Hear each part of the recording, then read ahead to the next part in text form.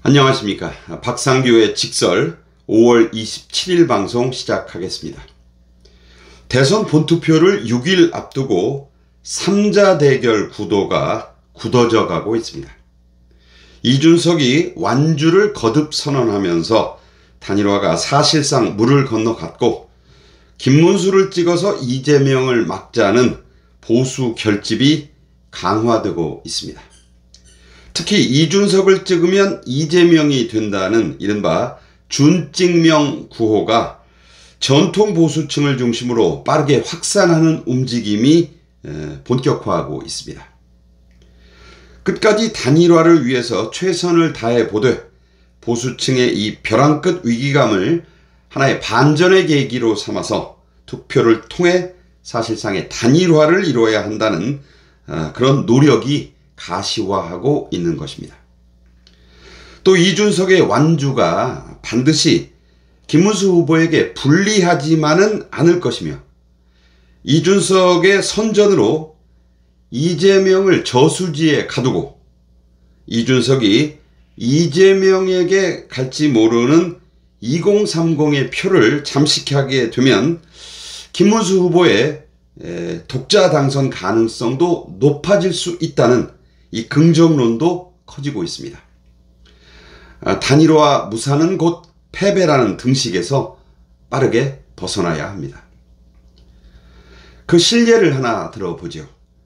27일에 열린 마지막 3차 TV토론에서 이준석은 권영국 노동당 후보에게 여성의 성기에 젓가락을 꽂는다는 발언은 성적 학대냐, 여성 비하냐라고 질문해서 옆에 있던 이재명을 크게 당황시켰습니다.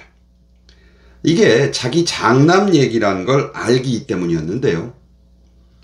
이재명의 큰아들이 최고 인기의 여성 아이돌을 성희롱하면서 친구와 나눈 대화가 최근 인터넷을 뜨겁게 달구고 있습니다. 입에 담기에도 참 민망한 이 대화에서 이재명의 장남은 해당 아이돌 여성을 식품에 비유하고 적나라한 음담패설을 조롱하듯 나눈 것으로 나옵니다. 여기에 이 성기와 젓가락 표현이 아주 거친 표현으로 등장합니다. 초록이 동색인 권영국은 이준석의 이 갑작스런 질문이 이재명의 아들을 겨냥한 것임을 직감하고 한동안 머뭇거렸습니다.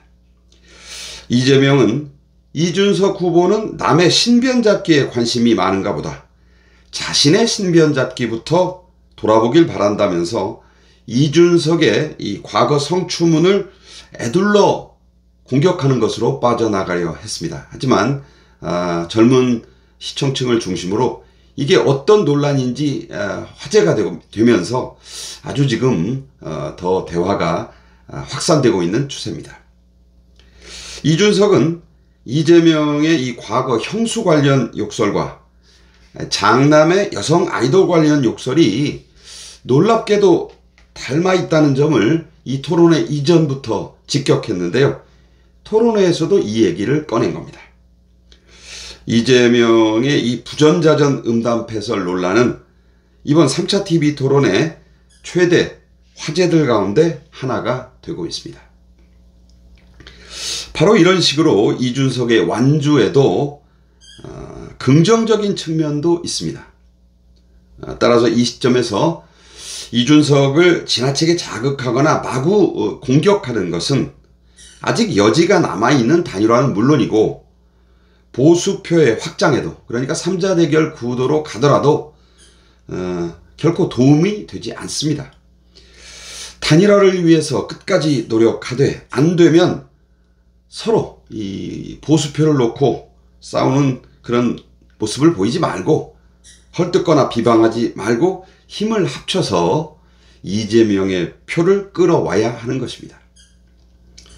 실제로 매일신문이 한길 리서치에 의뢰해 25일부터 26일까지 대구 경북에 사는 18세 이상 유권자 1104명을 대상으로 실시한 ARS 여론조사 결과, 이게 이제 27일 마지막으로 공표가 됐어요. 김문수 후보는 58.1%의 지지율로 이재명의 27.5%를 2배 이상 크게 앞지른 것으로 조사됐습니다. 대단히 고무적이고 의미 있는 보수층의 막판 결집을 보여주는 그런 조사 결과죠. 이준석의 TK 지지율은 10.6%였습니다. 범보수의 TK 득표력이 이 마지막 여론조사에서 70%에 육박한 것으로 드러난 만큼 남은 기간에 총력을 다하면 유권자 수가 호남의 4배에 이르는 TK에서 김 후보가 이재명을 압도하면서 막판 역전을 노릴 수 있다는 게 제 생각입니다. 지난 1982년에 미국 캘리포니아 주지사 선거에서는 각종 여론조사와 심지어 투표날의 출구조사까지 앞섰던 민주당의 브래들리 후보가 막상 개표에서는 졌습니다. 이 사건 이후 그 유명한 브래들리 효과란 말이 선거판의 유행어가 됐는데요. 이 브래들리 효과는 우리나라에서는 16대 대선에서 줄곧 앞서 나갔던 이회창 후보가 이 브래들리 효과의 희생양이 됐습니다. 또 미국에서는 2016년에 민주당의 힐러리, 그리고 2024년에는 역시 민주당의 해리스 후보가 브래들리 효과의 뒤를 이어받은 듯 여론조사의 우세에도 불구하고 트럼프에게 잇따라 고배를 마신 바 있죠.